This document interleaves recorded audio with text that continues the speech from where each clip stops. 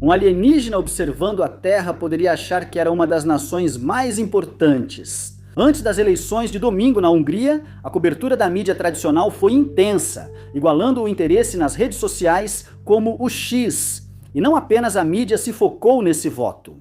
O vice-presidente dos Estados Unidos, J.D. Vance, e o secretário de Estado, Marco Rubio, viajaram à Hungria para apoiar o primeiro-ministro Viktor Orbán, seguindo líderes populistas da França e Alemanha. Donald Trump participou por telefone de um comício do Fidesz, pedindo aos húngaros que apoiassem Orbán. De forma mais discreta, houve vários relatos de tentativas russas de interferência eleitoral, enquanto o Kremlin tentava influenciar o voto a favor de Orbán. Como a Hungria é um país pequeno e pobre, com só 10 milhões de habitantes, essa tensão desproporcional às vezes parecia absurda, como ver o mundo inteiro se preocupar com a política interna do Paraguai. Mesmo assim, a suposição de um alienígena hipotético estaria correta. Apesar do tamanho e economia fraca, eventos recentes fizeram Budapeste se tornar uma das capitais mais importantes da Aliança Ocidental. O motivo é simples. A Hungria é membro de duas organizações, a OTAN e a União Europeia, que permitem a qualquer um de seus membros vetar decisões importantes. Enquanto a maioria usa esse poder raramente, Budapeste, sob Orbán, transformou o veto em arma, travando decisões importantes e causando crises frequentes na Europa. Na OTAN, isso incluiu o bloqueio da entrada da Suécia por quase 2 anos. Mais relevante, porém, é o uso do veto por Orbán na União Europeia. Lá, Budapeste ajudou a criar exceções nas sanções para membros do regime de Vladimir Putin, atrasou empréstimos vitais para a Ucrânia e, de modo geral, transformou cada cúpula em um jogo apocalíptico de quem recua primeiro. Chamar isso de frustrante para os europeus seria minimizar demais a situação. A Hungria recebe mais do bloco do que contribui, o que significa que o regime de Orbán se mantinha graças ao dinheiro vindo dos contribuintes de países mais ricos. O camarada Budapeste então fazia campanhas ferozes contra os valores europeus enquanto tentava minar o bloco por dentro. O que irritava líderes europeus era uma ameaça existencial para a Ucrânia. Sem apoio direto dos Estados Unidos e com parceiros comprando equipamentos americanos para doar a Kiev, a Ucrânia agora depende só da Europa para enfrentar a invasão russa. Então, quando Orbán recentemente vetou um empréstimo de 90 bilhões de euros para Kiev, que a Budapeste já havia concordado e B foi especificamente desenhado para que nenhum centavo do dinheiro húngaro fosse incluído, bem, digamos apenas que havia muito em jogo. Tão altas que ameaçaram potencialmente colapsar o esforço de guerra da Ucrânia. Em outras palavras, é justo dizer que a Hungria realmente conseguiu assumir um papel internacional muito além do que seu tamanho e riqueza justificariam. E isso nem inclui os esforços de Orbán para se colocar no centro de um movimento conservador populista internacional, que atraiu adeptos de todo o mundo, desde Milei, na Argentina, até Andrej Babiš, aqui na República Tcheca, e, claro, o Partido Republicano sob Donald Trump. É irônico que a eleição de domingo tenha sido disputada e vencida quase só por questões internas. O desafiante Peter Magyar venceu não ao focar na Ucrânia, Europa e OTAN, mas ao enfatizar questões econômicas, como a teimosa inflação da Hungria e a infraestrutura em ruínas, junto com uma crítica contundente à corrupção pessoal de Orbán. O resultado foi uma supermaioria parlamentar projetada de 138 para seu partido, a maior vitória esmagadora de qualquer político húngaro desde a primeira grande vitória de Orbán em 2010. Mesmo que os eleitores só pensassem em preços altos e salários baixos, o fato é, esse resultado será sentido em todo o Ocidente. Como este é o War Fronts e não um canal de política, vamos usar isso para analisar os impactos em um dos maiores conflitos do mundo, a guerra na Ucrânia. Se você acompanhou bem essa eleição, talvez já saiba que o vencedor, Peter Magyar, não é o tipo que se cobre de girassóis, se enrola na bandeira ucraniana, ergue o punho e grita, Slava Ucrânia. Veterano do Fidesz de Orbán, Magyar já deixou claro que não apoia o envio de armas à Ucrânia, não gosta da ideia de o país entrar na União Europeia e criticou Zelensky por ataques verbais a Orbán. Então você pode perguntar, por que estamos sendo tão ousados a ponto de prever uma grande melhora na posição de Kiev? Bem, o primeiro motivo é a Europa. A visão de Magyar para a Hungria parece ser aquela em que o país está no centro da União Europeia, trabalhando em cooperação com seus vizinhos, em vez de ficar à margem e balançando o punho como um vilão caricato. Na maioria das vezes, isso vai significar fazer coisas como trabalhar para restaurar o Estado de Direito e acabar com a corrupção da era Orbán. Mas também significa retirar o veto de Budapeste ao empréstimo de 90 bilhões para Kiev, algo que a Comissão Europeia vinculou ao desbloqueio de bilhões de euros em fundos para a Hungria.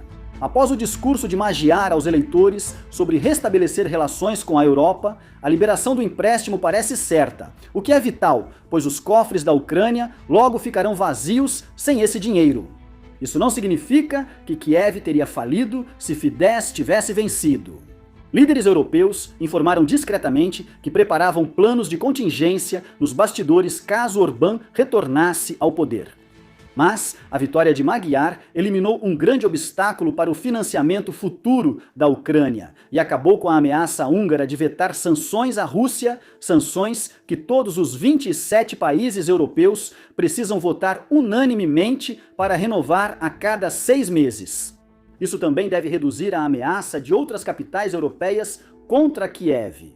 Entre os atuais líderes da União Europeia, há outros 2 que se alinham ao grupo de Orbán em relação à Ucrânia: Andrej Babiš, na República Tcheca, e Robert Fico, na Eslováquia.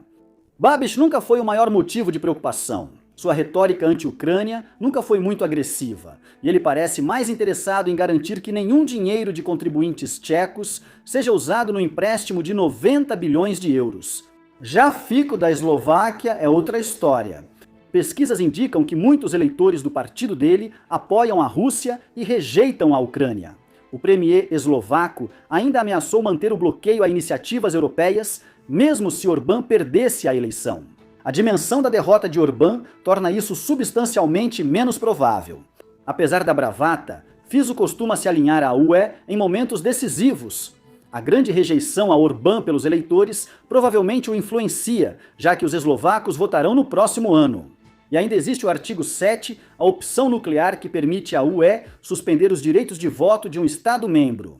Embora um Estado-membro não possa vetar a aplicação do artigo 7 contra si mesmo, o que seria até estranho para a UE, os outros 26 países precisam de concordância unânime. Antes, supunha-se que Eslováquia e Hungria se protegeriam mutuamente.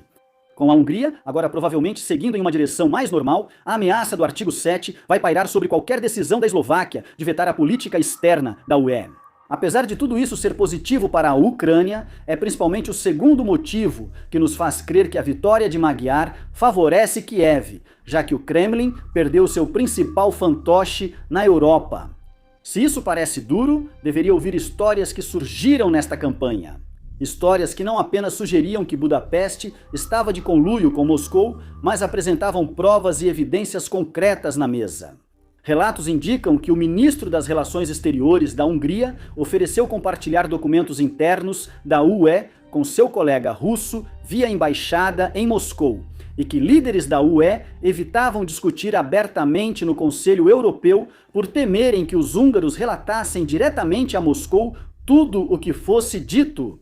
Mais constrangedora foi a transcrição vazada de uma ligação entre Orbán e Putin, onde Orbán disse: "Em qualquer assunto em que eu possa ser útil, estou ao seu dispor." Isso foi antes de se comparar a um rato ajudando o leão russo. Isso não significa que Putin comandava uma política externa húngara desde o Kremlin. Ainda não chegamos ao ponto de afirmar que o líder húngaro era um agente duplo preparado em um laboratório em Moscou. Mas isso mostra um nível chocante de coordenação que vai além de Orbán simplesmente seguir uma política externa independente, como outros estados teimosos da OTAN, como a França. Os relatórios indicam que Budapeste colaborava com uma nação vista por muitos países da UE e da OTAN como sua maior ameaça. Vamos discutir os impactos disso em outro momento. Basta dizer que é difícil imaginar que líderes nos países bálticos, por exemplo, estejam dispostos a esquecer um nível de traição como esse. Por ora, o principal é que Budapeste se tornou quase um aliado de Moscou durante a guerra. Agora, a vitória esmagadora de Magyar provavelmente afastou esse aliado. Mesmo assim, isso não significa impacto direto e imediato na guerra. A não concessão do empréstimo já acordado de 90 bilhões de euros a Kiev seria catastrófica, mas sempre houve intenção de contornar o veto húngaro, se preciso. O apoio húngaro à Rússia era mais obstrucionista e enfraquecia internamente a União Europeia e a OTAN do que algo capaz de fazer o esforço de guerra de Putin desmoronar sem ele. Mas não se engane, haverá consequências por isso. Sob a ameaça do veto húngaro, a Ucrânia não conseguiu fazer planos financeiros de longo prazo caso o pior aconteça. Isso não deve mais ser um problema, e é difícil exagerar a queda da direita populista pró-Putin na Europa, cujo principal representante perdeu palco e influência. Para qualquer um que apoie a Ucrânia em sua guerra, ou apenas o conceito de uma Europa unida, a saída de Orbán para a oposição foi um momento a ser saboreado. Mas não seria War Fronts se começássemos positivamente, certo? Por isso, encerramos com um aviso. O fim do governo Orbán encerra 16 anos de obstrucionismo na Europa, mas os problemas que permitiram suas ações persistem.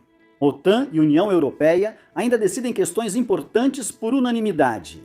Na prática, dando poder de veto a qualquer país, mesmo pequeno, que queira destruir essas instituições por dentro.